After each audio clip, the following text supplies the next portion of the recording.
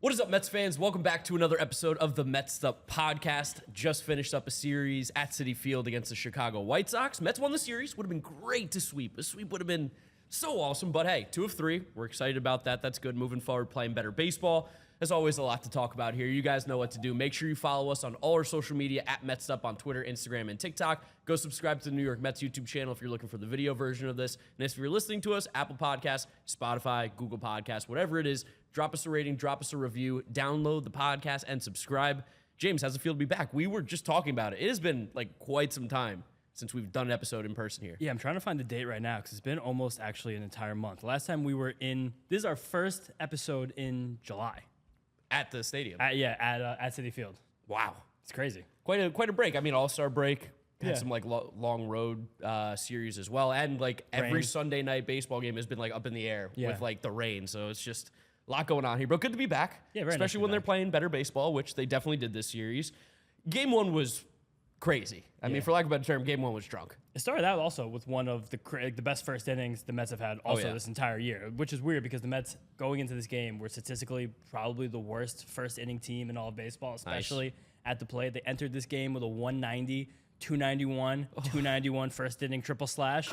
That batting average, slugging percentage, then of course ensuing OPS were all last in Major League Baseball, Nice. 30 out of 30 teams. And they only had 26 first inning runs heading into this game in 93 games played. It's an unreal little amount. Yeah, but scored 5 runs in this. First Yeah. time we scored 4 runs in the first inning all year. And it was a big statement at the end of it. Back-to-back home runs by Francisco Álvarez and Brett Baty. While this was happening, I was trying to negotiate with my landlord, my new rent agreement. We were going back and forth with the numbers. I'm seeing some home runs. I'm yelling. I'm like, he's like, what's going on? Filled him in from Ireland. He's a Mets fan in Ireland. He said that's why I get a good deal at my apartment. Because you're a Mets fan? He said Mets fans are good people. He goes, I knew you were a good guy because you're a Mets fan. That is true. I would definitely, I don't know if I'm ever going to be a landlord in my life, but I'd probably over-rent to Yankee fans. Yeah, 100%. Yeah, junk them up 20%. Yeah, no doubt. Mets fans, you get the regular rate. For sure, yeah. You get the real money. But really cool to see Alvarez, especially Baty, swinging the bat well in this game. Then later on in the series, they each hit 2 home runs this series, I believe. Yes. Yes, each hit 2 home runs series.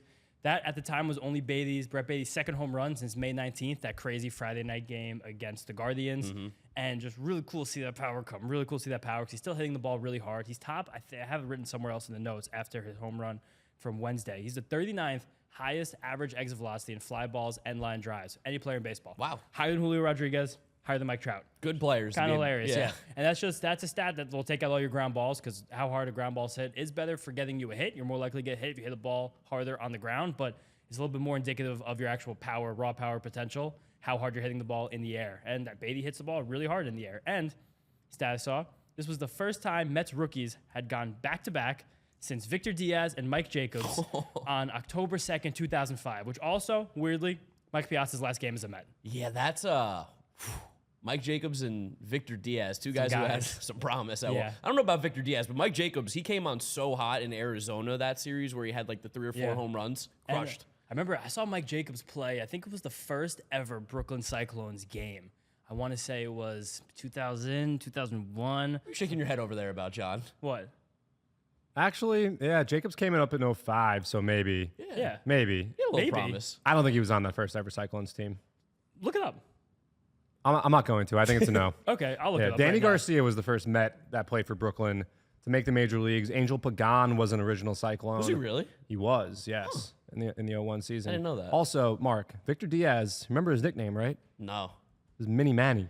Mini Manny. Yeah. Huh, I didn't So get he definitely that had one some as- promise. Yeah, 9-year-old Mark missed that one, I guess. Okay.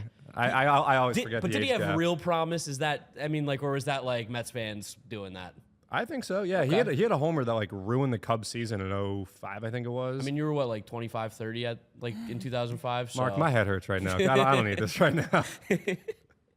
What do you got on the Cyclones there, James? Mike Jacobs was on the Brooklyn Cyclones in 2001. So Later in the season. Was he? he started the year with the Brooklyn Cyclones and then went up to the Sally League later that year. So I know I don't want to curse, but can I give John the finger on the podcast? I guess we're going to have to cut One of that these for part. John. Here he is.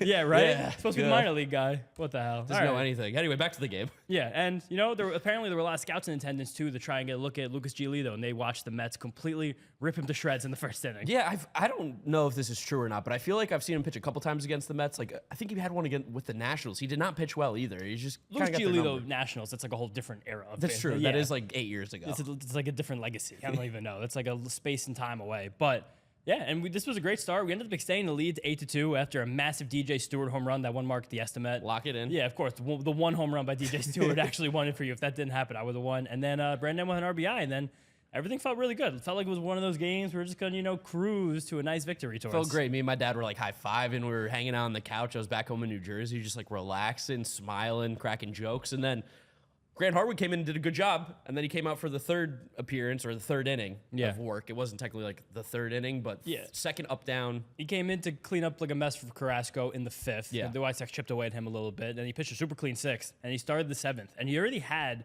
23 pitches under his belt in the outing when that seventh inning began. And this was, I believe, the top of the White Sox order because it was Benintendi and then Tim Anderson. Benintendi wound up walking. Tim Anderson got a single, and then he did get a big strikeout of Luis Robert, and a very, very stressful at bat, something that I was a little bit nervous about watching at the time, but then he got it, and then he came out, though, and Trevor got lit up. Yeah, got lit up a little bit, and then we had to go to Brooks Raley, using 3 relievers in the 7th inning. A bit frustrating. Yeah, in a game frustrating. especially a game where you're winning by 6 runs. And especially Hartwig had so many pitches under his belt. He's been pitching a lot recently, too. I feel He's been doing really well. he's been doing great. Give a shout out to John there. Yeah. John's been a Hartwig guy from the beginning. Now I redeem myself on the minor league side of things, right, Vito? Luckily, Brooks Raley did come in after a wild pitch, ended up shutting down the door. Yeah. Kept it close, kept it at 11-9.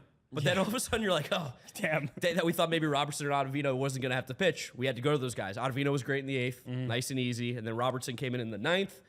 Had a little bit of difficulty, had a little bit of issues. Got a little sweaty. Got to 11-10, and you're like, oh, got hot in here all of a sudden. Like, what are we doing? I don't remember who made the last out, but it was on a breaking ball that was really in the strike zone. Yeah. Really pitched a hit. They just popped up. Jake Berger? I don't think it was Jake Berger. It might have been Colas. Somebody hit the ball. Someone hit the ball hard. Yeah, and it Yes. was, no, it was Tim Anderson. It was Tim Anderson. Tim Yeah, yeah, Anderson, yeah. which, I mean, he had a series. Luckily, he didn't get his first home run of the year, which, that's big. I know. And then good for us for trying not to jinx and not jinxing. Yeah. Purposefully. Saying For it sure. out loud. Now we're going to keep this going because the Mets won the series. But as crazy this game did get towards the middle and later on, this was an incredibly great game for the Mets offense.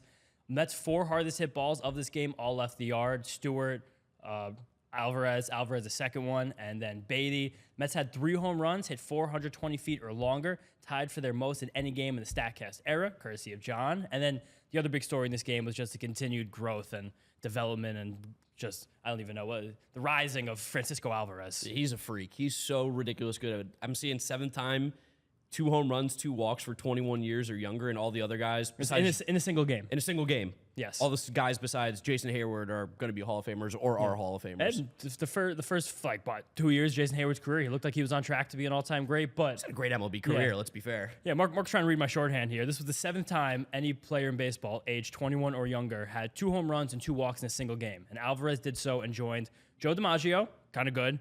Jimmy Fox, kind of good. Pretty good. Adrian Beltre, pretty good. Gary Carter, we know he's really good. And then Bryce Harper, and as Mark alluded to, Jason Hayward. So you're basically looking there at 5 Hall of Famers and Jason Hayward and Francisco Alvarez. And he's only sitting 7 home runs now behind Johnny Bench for the most home runs in a season by a catcher 21 years or younger. Yes. Which is pretty cool. Really cool. Again, talk about the greatest catcher of all time, arguably. Yes. And even this year, he leads all catchers in home runs with 19 and isolated slugging percentage at 292. Yeah, he's been sick. Yes. He's been absolutely disgusting. Actually, I really like that one. I'm going to let you say that last one about Pujols in there. That's a good one. Well, we have tons more. I went really deep on the Alvarez stats, just going through notes yesterday. And these are all as of Wednesday morning, so some of them might be a little bit outdated, but as of Wednesday morning, for any hitter in baseball with a minimum of 230 plate appearances, that's how many Alvarez had after the game on Tuesday, 238 plate appearances. He had the 14th highest slugging percentage in baseball. Whole league, 14th highest.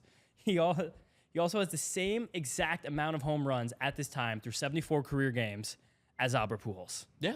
It's a Pretty pretty good guy to Yeah, not be bad. similar mention with. And Pujols was publicly the same age as Francisco Alvarez. Yes, He publicly. probably was not, but he was said to be the same age as Francisco Alvarez. For sure. I mean, listen, this game was chaos. It was nuts. It was insane. There was a lot going on. But luckily, the Mets won. And honestly, the way that some things have gone this year, it felt like a game they could have lost. Like that maybe weeks ago or months ago. Like, you lose that one. But right now, they're playing better baseball, pushing right buttons here and there, swinging the bat well, which is always just really, really comforting to see them hit like that. It's cool to see like where like this line's potential is, that you can just mash your way to victory against a team that doesn't really have, you know, the best like pitching depth or bullpen, Chicago White Sox. So you can come out in the first inning, you just barrage them, and then you give some back, and then you just have enough to win. Like that's kind of a good thing. A lot of people didn't really think this Mets team had this kind of offensive punch a few months ago. Now it's very clear they do. Low-key hit a lot of home runs. High key. Yeah, it's crazy. Game 2, Justin Verlander on the mound. Great start, huge after what was probably one of his worst starts in recent memory against the Dodgers, where he walked, what did he walk, like 7? 6. 7? It was 6? like, it was bad, but it was also just like weird, especially Correct. now, like after this start and seeing the context of Verlander's last like month and a half. Like he's had a really good run. His full season ERA is down to 3.4s now, which again, in a year where the league ERA is hovering around 4.3, that's an incredibly good ERA, and one that's been shrinking and shrinking every single start. He went 8 innings in this. His second time going 8 innings this season, first in a couple of months. Only gave 1 earned run, 3 hits, 1 walk, and 7 punch-outs. Big for me in fantasy. Yeah? Big you made night. that trade for him recently. Yeah, I made the trade for Verlander. Big points for me last night. No, it was great. I mean, just seeing that like volume out of Verlander, being so in control. Like it's just that was one of the games where like you felt like this was Justin Verlander. It's just everything he has. He had the quick innings. I was watching this at shout out to Keg and Lantern in Greenpoint with some friends, and he had 2 innings. It was the 5th and the 6th or the 4th and the 5th. And you like blinked and the inning was over. And I was like, wow, I felt like that was like 10, 12, like 14 pitches between 2 innings. Yeah. And the one was a 9-pitch inning, the one was a 5-pitch inning. Yeah, my dad texted me about it because I was on the train back to New York Yeah. to catch up with you guys. Yeah. And it was like, wow, that's efficient. Like, Verlander hasn't been able to get the swing and miss stuff as much this year, or the strikeout numbers. So being able to just attack hitters and get weak contact and get outs, that's how you can go deeper and deeper into these games and really give a break to this entire team. But he really did actually get a lot of whiffs in this game. All 4 of the pitches he threw had multiple whiffs. His fastball got 4, and something else cool about his fastball, it had a little more life this game. And one of my favorite things, Verlander has talked about doing this a lot in his career, something he prides himself on. The second to last fastball he threw in this game was his hardest pitch. Wow. Yeah, in the 8th inning. Yeah. So that was really cool. His slider command was also so elite against the right-handed batters in the White Sox lineup, especially Luis Robert. He just buried so many right on that corner and kind of forced them into making that split decision where I can swing at this, I decide late, I'm going to swing through it, or I'm looking for the fastball, I'm going to swing early, or I'm just going to make really weak contact. It was just right there, peppered on that lower and outside corner almost every single time he threw it against the righties.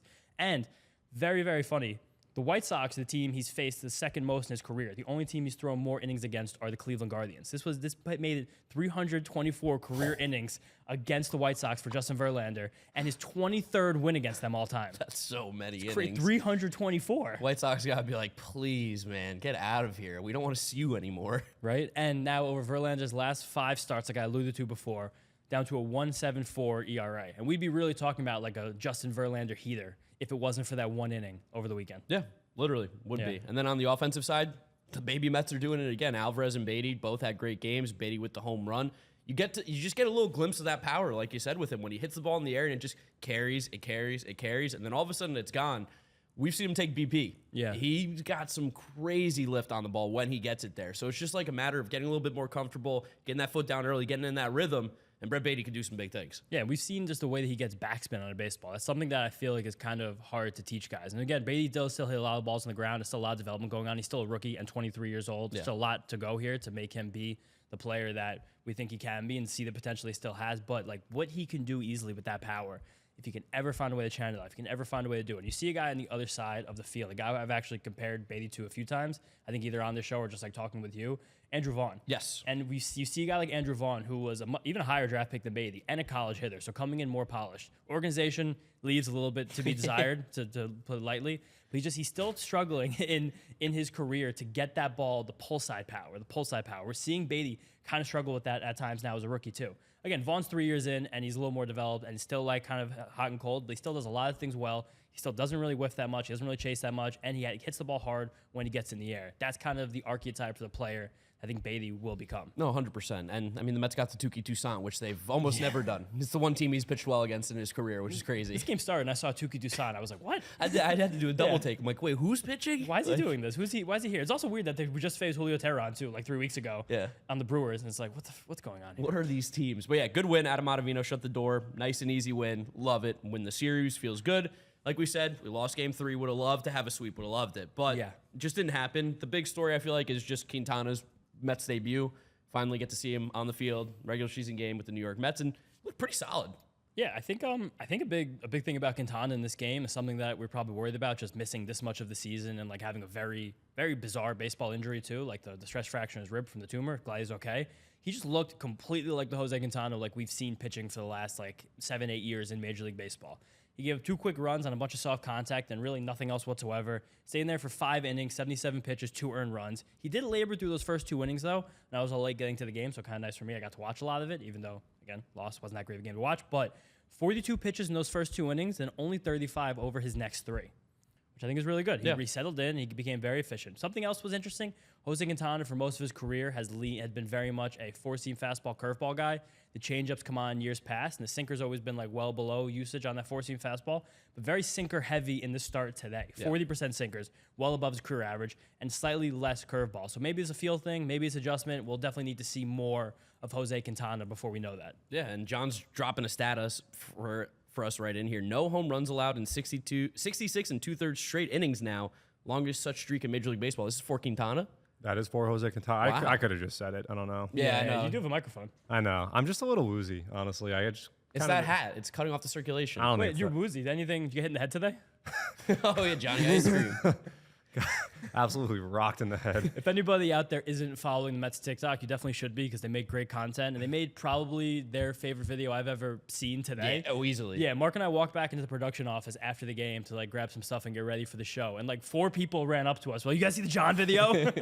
We're like, yes, we saw the John video. And we heard it took 2 takes, so you got hit 4 times. So last night, all right, so first of all, it was going to be a pitcher.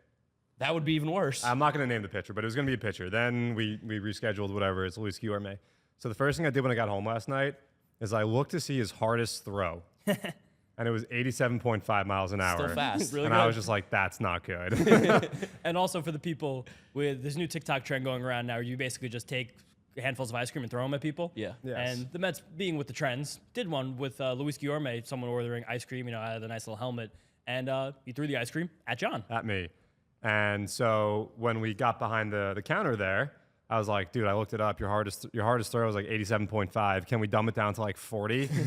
And he goes, dude, it's like 3 feet away. And I took that as he did not say he would dumb it down. Yeah. And I was like, oh, like, what is it? The Simpsons meme, I'm in trouble? Yeah. Yes.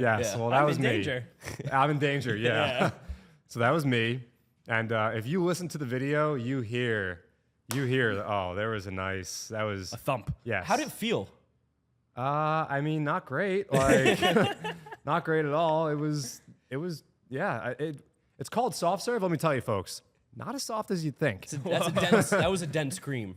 Very dense. I mean, quality ice cream here at Citi Field, only the best, but it was not soft whatsoever. It was quite hard. And the worst part is they had me actually pour it out of the machine into the helmet. So I was like preparing my own poison, only to be rocked in the head with it. That's kind of like historical times when there would be a duel. Like, you would check your opponent's gun, make sure like everything was cool. Like, Yeah. just in case. Yeah, just like Alexander Hamilton type stuff. Yeah, exactly. Yeah, it You happened and him. in Secaucus, right? I think so. No, it was Weehawken. Yeah, Weehawken, Jersey. Yeah. Good call. New Jersey, shout out. History, Johnny guys. history. Yeah, but yeah, that was a fun thing. So shout out Luis for not throwing at 87.5 miles an hour, I guess. But whatever velocity it came in at was still pretty zippy. Very Yeah. accurate, by the way, ttoo. I feel like throwing ice cream can't be that easy, and he hit you right in the face. Like, it was Twice. good. Yeah, good Twice. shots. Well, there was a first one, and I kind of it like whizzed by my head. I was like, I had to get ready for it. First one, I got a little gun shy, and then the rest of them, I took them. So there was a big crowd there. I was just Oh, like, you getting hit with ice cream? yeah. There I was. wish I knew. I would have been here I earlier. would have showed up. There was a crowd.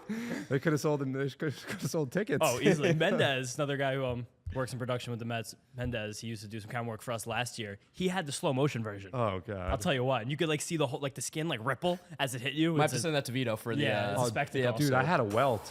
I had a welt. Yeah, I had a nice little welt. And Do you still have? I don't think so. I think it went down, but like, it Would was have been like the other side, yeah. There was a red mark on this side. I should have shaved also because the ice cream has been stuck in my beard all day. I've just felt sticky and like I've smelled it, oily, disgusting. Oh, Vito had to clean me down. He had to wipe me down. Yeah. I mean, I know down, Vito yeah. love that. Yeah, I mean, because it went down my back. It was, so yeah, Vito had to give me an impromptu little bathroom bath. So thank you for that. Bathroom bath. Nothing really, makes you feel like back down to earth like a sink shower. Yeah, no, it was definitely a wake up call. Like, yep, this is what it's come to. Just taking wads of ice cream to the face and paper toweling myself down in the bathroom. On camp day. On camp day of all days. Shout out to the camps. They were out today. Yes, They were out. yes. There The were kids were a lot of energy from the kiddos in the crowd today. That little kid was awesome. In the at ninth the end. inning, about before the bottom of the ninth inning, Yes. if anyone was in City Field on Thursday, there was.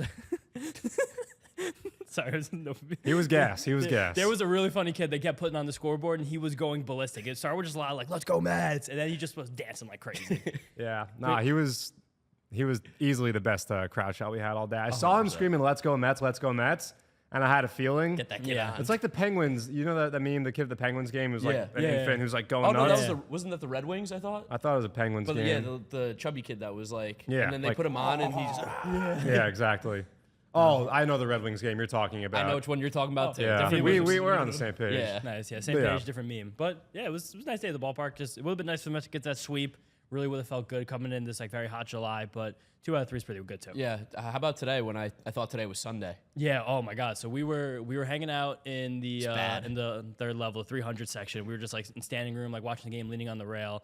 And Mark's like, "Yeah, these Sunday day games, the Mets just can't seem to get to win them." And I look at him like, "Are you kidding me right now? And I was like, what? It's Thursday, dude." Yeah, I had no clue. Thought it was Sunday. We had a late night last night. Yeah, we boys were bowling late, but your whole face just like went complete ghost. Like, I was way off in the day, but it also did feel like that because we were in the ballpark, we were recording the episode. Yeah. Like my dad was here too. We just didn't have Yeah. work today for some reason. Your dad comes as a big Sunday guy. Yeah, it did feel very Sunday-ish at the ballpark today. Last little thing here to talk about in Game 3. Omar Narvaez, guy's first home run as a New York Met. Yes. Good to see. Swung the bat well today. Couple hits. Yeah. John, I think you said you had a quick little stat about the bottom of the lineup. Yeah, so the Mets did score 17 runs in this series, and 11 of those runs were driven in by the 6 through 9 hitters Wow. in the Mets lineup. So a little silver lining, even if you're feeling down about Thursday's loss, is that the bottom of the lineup's gotten it done, and you know that Lindor is going to heat up again. You know Pete's going to get it going. Brandon Nimmo's been great all year. So if all 9 are hitting in the lineup, then good things are ahead for the New York Mets. Yeah. There is this feeling. It doesn't feel like that way because Thursday they didn't really do that much. Michael Kopech did that thing where he either strikes you out or walks you, and he did a lot of both of them. Not But both. there's so much offensive potential in this lineup. We have been saying it all year, especially with the growth of Francisco Alvarez, like being like that right-handed masher at the middle of the order. Debatably really the best needed. hitter on the team. Yeah, he's a revelation. He's unbelievable. He's one of the best. Like he's having one of the best seasons for a catcher this age ever. Yeah. History of baseball Ever. Never And, been done. It's amazing to watch him. He's so much fun. He did that cool moment too on Tuesday where he picked, or it was yesterday. Yeah, yesterday. Wednesday. He picked up Wayne Kirby's hat and put it back on his head. Yeah. He's just funny. He just likes being out there. He likes Lot having a of good fun. time. Yeah. Looks He also- comfortable too. Also, a really good slide in Thursday's game, breaking up Great a double slide. play. Really Oh, good slide. And it was, hard nose. It was back-to-back plays where Alvarez hit a rope for a single, or that was a walk. He hit the rope for a single early in the game. And then Baty hit a dribbler up the middle, and a nice well-timed slide in second base. Elvis Andrus gave him a little bit of a look. And then the next play, another ground ball up the middle, I think it was Canna, and Brett Baty just kind of like stayed up and like Yeah. in the throwing lane. Elvis Andrus gave him a real look. He was not happy. Yeah, a veteran like Elvis Andrus probably didn't like the 2 rookies doing like messing around with him at second base, but you gotta do what you gotta do to win a ball game. Anyways, that's the end of the series. Good series win overall. Sweep would have been great, but hey, take one game at a time. Big series against the Red Sox coming up. John, what do you got for us for estimate for this next series? Well, the Mets are shipping up to Boston, changing their socks up. Nice. Those are, Laundry those are the only 2 things I can think of right now. So shout out DJ Stewart, his 435-foot blast. There were a lot of blasts in this series. Oh, yeah. A lot of blasts. But Stewart's was the longest. So Mark's the winner for this episode. And now we're going to go with, we're going to make the monster the focus of this estimate. I knew he was gonna do That's that. fair. Yeah, you have to. By the way, the Red Sox are missing out on a lot of sponsorship money. The monster should be an LED. What do you think about that? Absolutely No. not. Yes. It's crazy. An LED? Yes. It's insane. Make the entire thing LED. You No. can make it green for most part, and then think about all the things you could do if you made that thing a giant LED screen. Think about all the revenue. You could just throw. Yeah, but John, am I do you root for wrong? the villain in the movies? Of course. Yeah, If they're trying to They make could money, do so much cool stuff. They have the LED lights now at They don't Fenway. need to. They don't It's need the a Red gimmick. They have Sox. the Green Monster. They're one of That's the most it. historic organizations in baseball. You want to bastardize them like that? It's not bastardizing. It's just getting with the times. I don't know. But getting with the times, it's a 100-year-old ballpark. I know. I mean, the Cubs Great, did. great bathrooms at Fenway. Shockingly great bathrooms. They Are have, they do they have Charles? the No. thing like Really? just Do they have the thing on the wall? No, where they're you not just step trough right people. up? That's what I just No, said, yeah. They're not troughs. They have urinals. There has and to be a trough in Fenway There's Park. like 15 stalls in each bathroom. That's a dream for me. It's a big drinking You ever city. been in the clubhouse? You ever been in the clubhouse at Fenway? No. Oh my. What do you mean? Have we ever been in? Oh no, maybe you took a tour of Fenway. It's a thing that people That's do. fair. Okay, Okay, okay, alright. okay. Sorry, jumped down your throat there a Yeah. little bit. Sheesh, guys. You guys ever have dinner with David Ortiz? Carlos, we're done. I haven't done that, but Yeah, Carlos are done. that's pretty good. Dude, the clubhouses there are tiny. Both clubhouses, home and away. I can imagine. Yeah. Tiny as hell. 100 so- years old. What? 100 years old. I know, but like Wrigley's just as old, right? Yeah. Yeah. They've made a lot of 2023 type upgrades to Wrigley. Things that if I told you 20, 30 years ago, I mean, they put lights in Wrigley Field Why 40 they can't years spend ago. on their team anymore? Yeah. Well, the Red Sox probably could, but I don't know. I just see the monster and I'm like, God, if they just put even half of that thing as LED, that'd be pretty cool. Anyway, Yeah. What's the estimate? the estimate is balls hit over either or off the monster. Okay. Monster. I kind Yeah. of like that. Off or over? Off or over. Wow. I don't even know. Jose how to think Offerman, about that. former Red Sox great. I mean, 3 games. They're pitching Francisco James Alvarez, Paxton, so there's going to be some Pepperin. righties in the lineup, which is nice. Yeah. That's going to help. Lindor will be swinging righty. Love it when he swings righty. We also have a TBA for the Red Sox on Saturday. I'm not Who sure could who that that's even gonna possibly be? I don't know. We'll talk about that, I guess, when Tanner we Houck, preview. maybe? I got a number. It's by both teams, right? Both teams, yes. Okay, yeah, I got a number. Good question. I have Good one, too. question. All right. Count us down. All right. 3, 2, 1. 11. Ooh, 7-11. Nice. Nice. Go Look at us. get Slurpee after this. Nope. No free ads.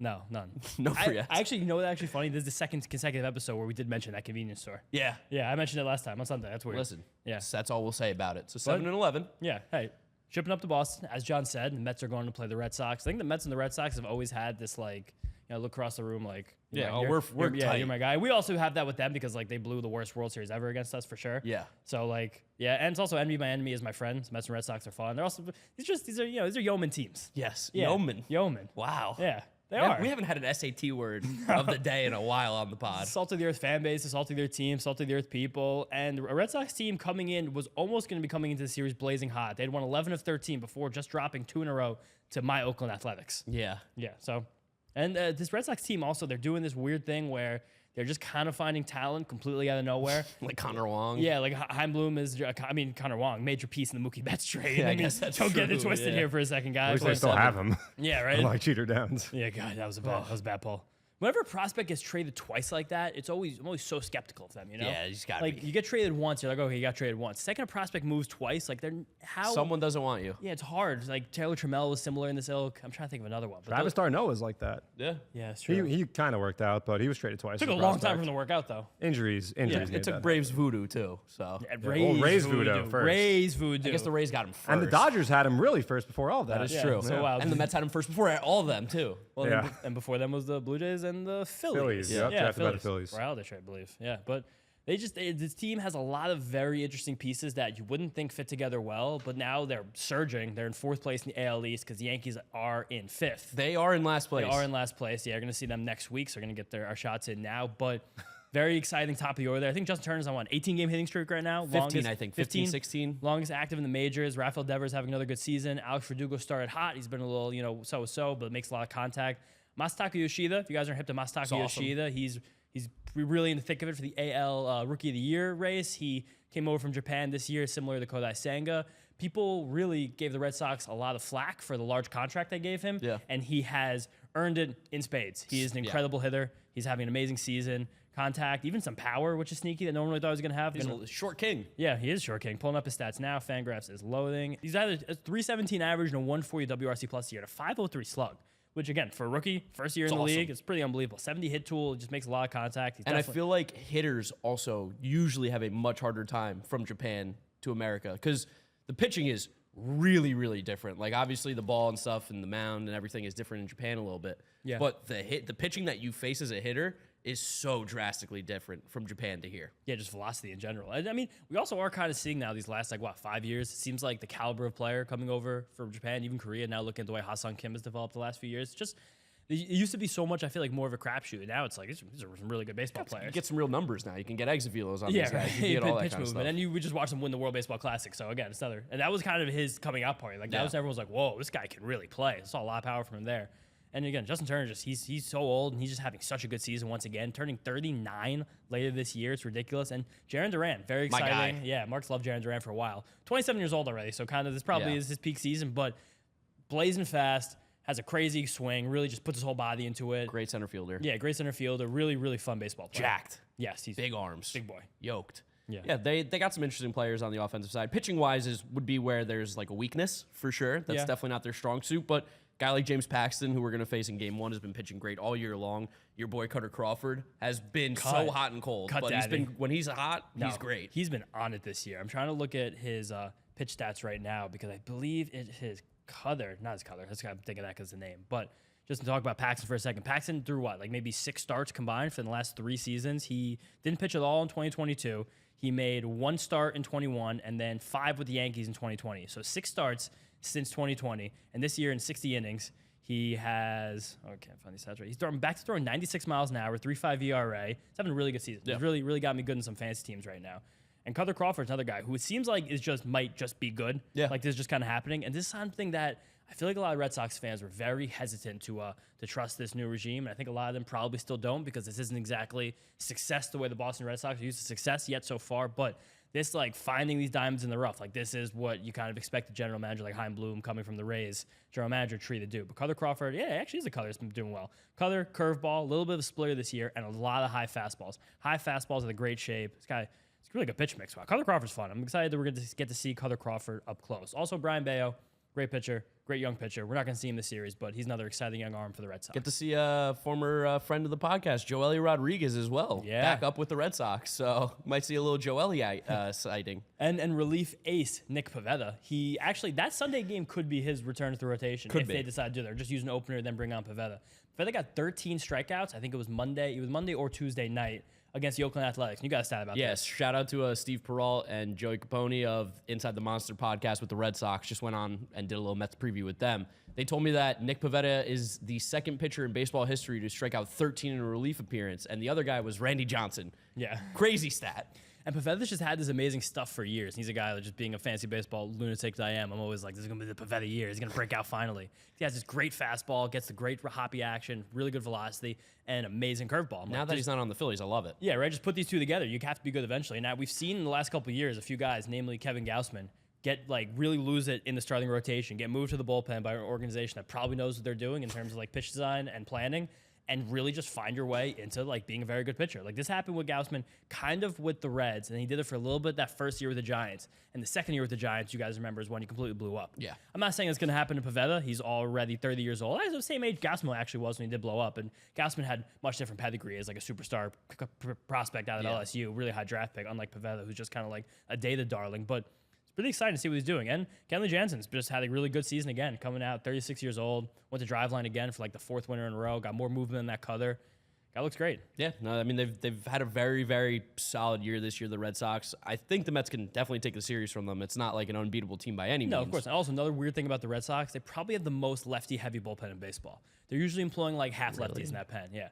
They do that thing that the Rays used to do, where they kind of like have relievers around the clock. Like you're going to see a lot of different arm slots this series, which is pretty fun. Yeah, Richard Blyer. Yeah, Brennan Bernardino. I don't know who that guy is. And Joely, Brandon Walter, also Joe Jocks. I don't know these guys. Brennan Bernardino is literally a player I've never heard of in my life. Yeah, me neither. That's impressive. Same with Joe Jocks. Joe Jocks. Joe Jocks. Joe Jocks, shout out to you. All right, I think that's pretty much it for the episode. Yeah, right? Joe Jocks. Guys, thank you so much for listening and watching. You know where to follow us on all our social media at Mets'd. Go subscribe to the New York Mets YouTube channel if you want to see the video version of what we do over here. If you're listening to us, Apple Podcasts, Spotify, whatever it is, download, subscribe, drop us a rating, drop us a review. We really do appreciate it. Follow James on Twitter at James_Shiano. me, Giraffe Neck Mark with a C. Thank you guys for listening. Thank you for watching, and we'll catch you after the Red Sox series. Peace. Peace. See you guys next time.